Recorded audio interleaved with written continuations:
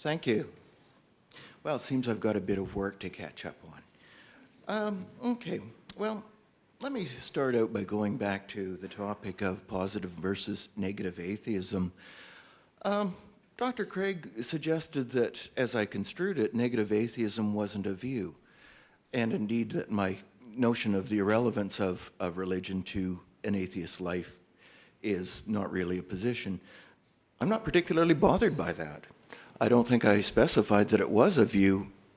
Whatever a view might be, I'm not sure that there are clear criteria for what counts as a view here. Though I assume he has something in mind like a worldview or an outlook on life or something like that. It seems to me atheism actually embraces a rather wide group of people who don't have a whole lot in common. Consider, for example, Buddhists. Buddhist is a non-theistic religion because they don't have a godhead in their concept. Some people believe purely in science and are atheists because there's no room for God in science. There's a lot of us out there, and I don't think we necessarily have all that much in common. The truth of the matter is that it doesn't bother me very much at all. As far as I'm concerned, like I suggested in my burden of proof speech, this is really about whether or not we have a good reason to believe in theism.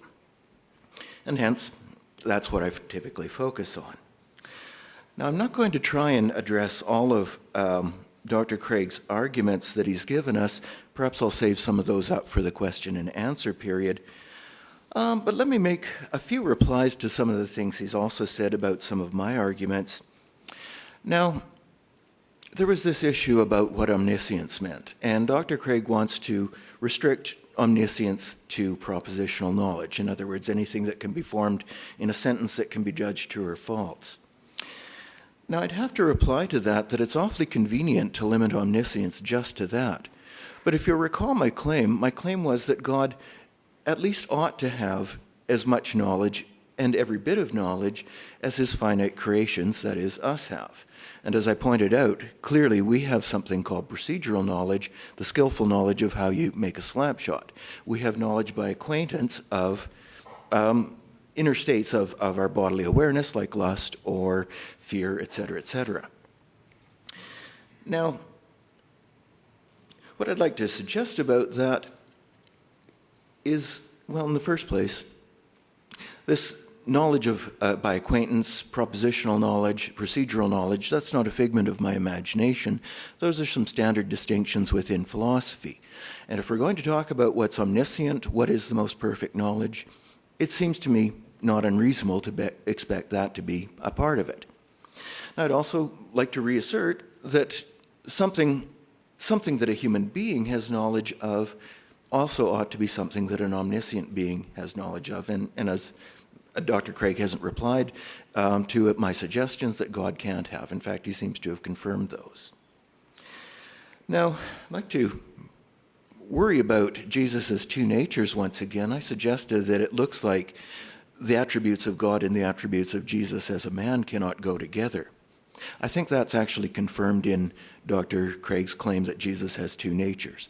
Obviously, two natures that are absolutely incompatible. Jesus and God cannot be the same thing. So, that's what I make of two natures. If Dr. Craig has a better account of that, well, that'd be fine. I'd love to hear it. But as far as I can see, saying that something has two natures simply says it has two incompatible something, or that we're talking about two incompatible something or others. Perhaps it's Jesus and God in this case, and they cannot possibly be identical. Okay. Now, I'm quite baffled by his remarks on my argument about the problem of evil, the assumptions I suggested for it. I'm not clear about why he would suggest that God cannot create just any old world he wants. Assuming that there is no logical contradiction in this, and I'd have to tell you, I don't see any logical contradiction between a free being making all good choices. This would seem to be God, would it not? After all, what is God's moral perfection and freedom come to but a free being making all good choices? And if you don't like that, what about the story about angels? Oh, except there's that guy who fell. Okay, maybe not that. Anyway, think about our course of development through this life. We're expected to develop morally. And it seems to me a reasonable suggestion that moral development would consist something like this. I make 10 choices a day, and I start out making 5 of them evil. Preferably, as I move forward in time, the evil choices I make should be narrowing down to less and less as possible. Now, if there is a logical incompatibility between free choices and there being all good choices, then we're heading for an impossible goal. Because theoretically, somewhere down the line, I should be able to make all good choices and yet still be a free being in the course of moral development, which seems to be, well, what's a basic claim about what we're doing here? Now, if that's the case, then there's something really basically perverse about the idea that God is expecting us to develop morally. Because when we get to the final stage, just as what we're about to achieve moral perfection and become the free being that always chooses good, we're stymied because it's an incompatibility. It's a logical impossibility. Now that can't make sense. Surely there's something else in the picture. I don't see any logical contradiction in the idea of a free being that always chooses good, and therefore that is something God could have created and should have if he wished to have as much good in the world as possible. Now, I didn't say anything about him making us happy or having a world with no evil in it. What I suggested is that God ought to eliminate evil as much as possible. And it seems quite likely that there's a bit more evil in the world than really is accountable by any theodicy. Building character is a wonderful thing, and it very likely does take some evil to do it. But there's a certain point after I've seen pointless evil time and time and again that my compassion just gives out. Some of us will eventually just say, evil's the way it is, who cares? Screw existence because there's nothing else to it. There's no possible good out of this.